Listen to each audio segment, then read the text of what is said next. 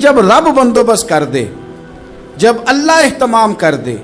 میرے بھائی ضروری تو نہیں کہ ہم پریشان ہی رہیں کہ یار یہ کام میں نے کیا نہیں، میرے کھاتے ڈال دیا گیا، یار اس جرم کا میں مجرم ہی نہیں اور میرے منہ پہ سیاہی ملنے کی کوشش کی جا رہی، یہ میرا کھاتا ہی نہیں اور لوگ مجھے تکلیف دے رہے ہیں۔ ضروری نہیں کہ آپ ہی وضاحت کریں، میرا رب بھی بندوبست فرما دیا کرتا ہے۔ اور جو اہتمام اللہ کرتا ہے نا، جو بندوبست رب کرتا ہے، آزمائش آ جاتی ہے، بڑے بڑوں پہ آ جاتی ہے، لیکن بعض اوقات بڑی تکلیف ہوتی ہے جب اس بندے کو لوگ کٹہرے میں کھڑا کر دیں جس کا جرم ہی کوئی نہیں، اس شخص سے لوگ سوال جواب شروع کر دیں جس بیچارے کے خیال میں بھی وہ بات نہیں، پھر وہاں وضاحتیں دینا، نہ کردہ گناہوں کی وضاحتیں دینا، یہ بڑا بوجھ بنتا ہے، بڑی تکلیف ہوتی ہے، اور لوگ کرتے ہیں یہ کام۔ یہ ہمارے دور کا تقاضا ہے، لوگ پہلے آپ کو اپنے حق میں قائل کرتے ہیں، اپنی فرما برداری میں لانا چاہتے ہیں، اگر آپ نہیں آتے تو پھر وہ آپ کو مجرم قرار دے دیتے ہیں، یا میرے ساتھ چل ورنہ پھر میں تیرے خلاف پراپوگنڈا کروں گا۔ دو ہی باتیں۔ حضرت عائشہ صدیقہ رضی اللہ تعالیٰ عنہ فرماتی ہیں، ایک عورت تھی اور اسے نبی پاک صلی اللہ تعالیٰ علیہ وسلم نے وہ کلمہ پڑھ کے مسلمان ہوئی، مدینہ طیبہ آ گئی تو حضور نے مسجد نبوی شریف میں اس کے لیے مکان، ایک سادہ سا کمرہ ساتھ مسجد کے بنوا دیا، وہیں رہنے لگی۔ اکثر وہ سیدہ طیبہ کے پاس آتی تو حضرت عائشہ صدیقہ رضی اللہ تعالیٰ عنہ فرماتی ہیں وہ بڑی باتیں سناتی اور آخر میں کہتی وہ ہار والا دن بھی بڑا عجیب دن تھا، اور میرے رب کی قدرتوں کا دن تھا، وہ بھی بڑا عجیب دن تھا۔ سیدہ عائشہ صدیقہ رضی اللہ تعالیٰ عنہ ایک دن فرمانے لگی کہ تو ہار والے دن کا بڑا ذکر کرتی ہے، وہ کیا دن تھا؟ تو خاتون کہنے لگی اماں جی وہ دن تھا جب میرے رب پر بھروسہ اور مضبوط ہو گیا، جس دن میرا اپنے رب پر توکل اور بڑھا، میرے ایمان میں یقین میں اور پختگی آئی۔ کہنے لگی میں ایک گھر کی کنیز تھی، نوکرانی تھی،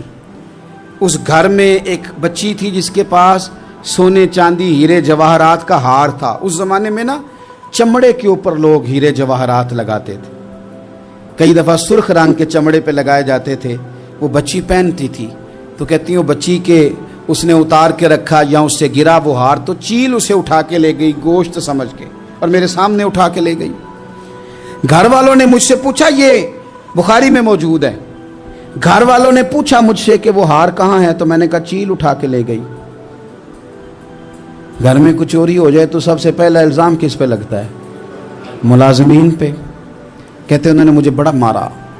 بڑی تکلیف تھی، حتیٰ کہ میری شرمگاہ تک کی تلاشی لی، میری عزت اتنی خراب کی میں بتا نہیں سکتی۔ میں نے اپنی زندگی میں ایک واقعہ دیکھا، ایک امیر گھر میں چوری ہو گئی، ملازم کو اتنا مارا کہ وہ چارپائی پہ پڑ گیا، پولیس والوں سے اتنی مار پڑوائی گئی کہ وہ بیچارہ چارپائی پہ پڑ گیا، اور پھر وہ اتنا بیمار ہوا اور کچھ دنوں کے بعد پتہ چل گیا کہ چور تو اپنا بیٹا ہے ان کا، پھر اس کا انتقال ہو گیا۔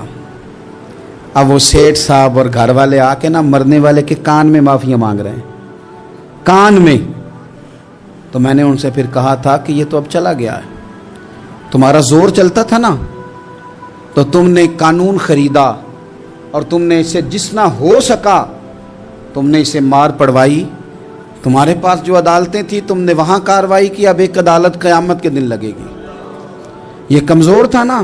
کچھ کر نہیں سکا۔ وہ خاتون عرض کرتی ہے سیدہ عائشہ کی خدمت میں کہ مجھے بڑا مارا، مجھے تکلیف دی، میں کہہ رہی تھی کہ میرے سامنے چیل لے گئی ہے پر وہ نہیں مان رہے تھے، اماں جی انہوں نے مجھے بڑا مارا۔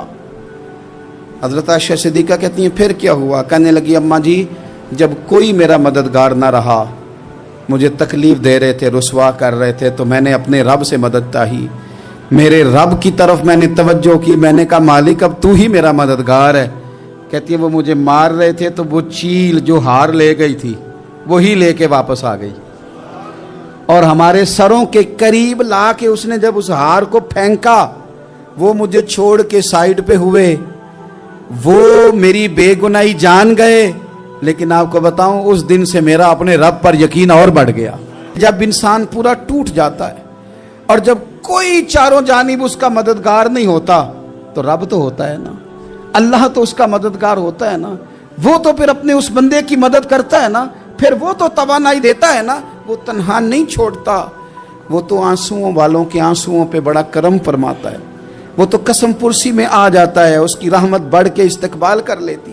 تو بھائی جب آپ پر اللہ کی حکمت کے تقاضے پورے ہونے لگیں اور زندگی میں کبھی کوئی ایسا وقت آئے کہ آپ محسوس کریں کہ تنہا رہ گئے ہیں اور کئی اپنے بھی مخالفین کی جماعت میں نظر آنے لگے ہیں، تو اس وقت پھر دل، روح، زبان اور ذہن کو یکجا کر کے سمجھ لینا کہ جب ساری دنیا ساتھ چھوڑ جاتی ہے تو رب کی رحمتیں اس وقت بھی ساتھ رہتی ہیں اور اللہ کی مدد اس وقت بھی بندے پہ کرم نوازی کرتی ہے۔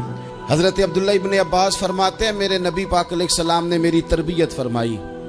حضور نے میری تربیت فرمائی، اور محبوب پاک علیہ السلام نے فرمایا عبداللہ یاد رکھنا، یہ نوجوان دوست میری بات لکھ لیں، پریشان لوگ میری بات لکھ لیں، جن کے پاس قوت فیصلہ نہیں وہ اس بات کو لکھ لیں۔ حضرت عبداللہ ابن عباس فرماتے ہیں میرے نبی پاک علیہ السلام نے مجھ سے فرمایا تھا عبداللہ سن،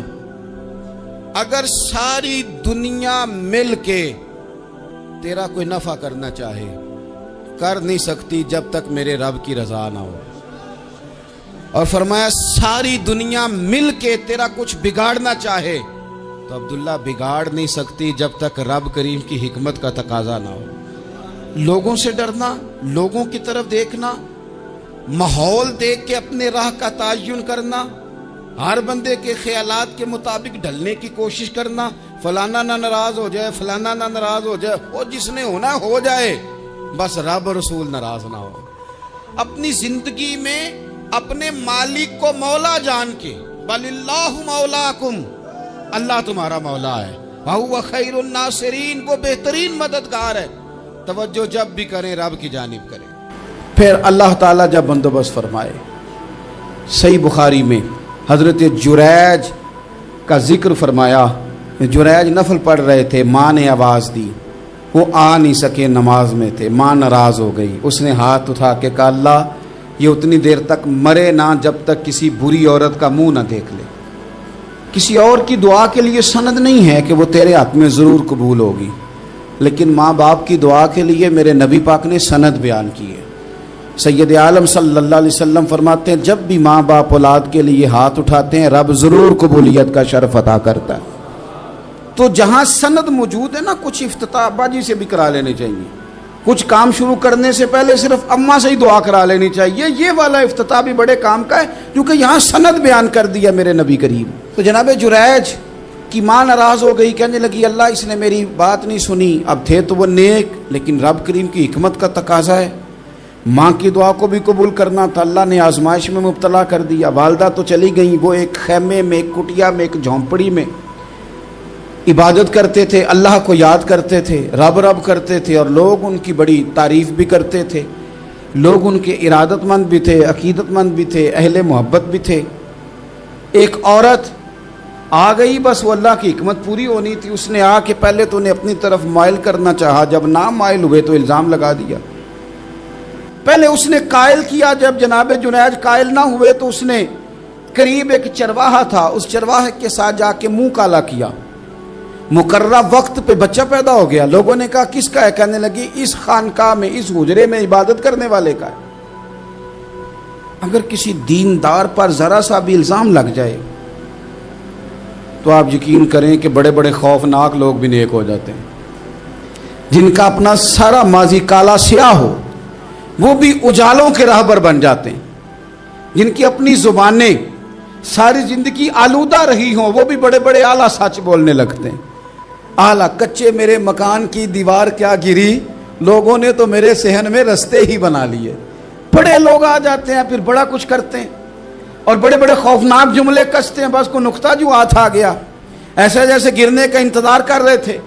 اب جناب لوگ اٹھے، احتجاج شروع ہو گیا، شور پڑ گیا، یہ بابا بڑا نیک بنتا تھا، نفل پڑھتا تھا، عبادتیں کرتا تھا، دیکھو اس کا حال کیا ہے کہ اس نے ناجائز بچہ پیدا کیا۔ بغیر تحقیق کے میں کہہ چکا ہوں کہ الجھے الجھے بکھرے بکھرے روز و شب دیکھے گا کون، لوگ تیرا جرم دیکھیں گے سبب دیکھے گا کون، لوگ تیرا جرم دیکھیں گے سبب کوئی غور نہیں کرتا کہ وجہ کیا تھی۔ او بھائی کچھ تو مجبوریاں رہی ہوں گی،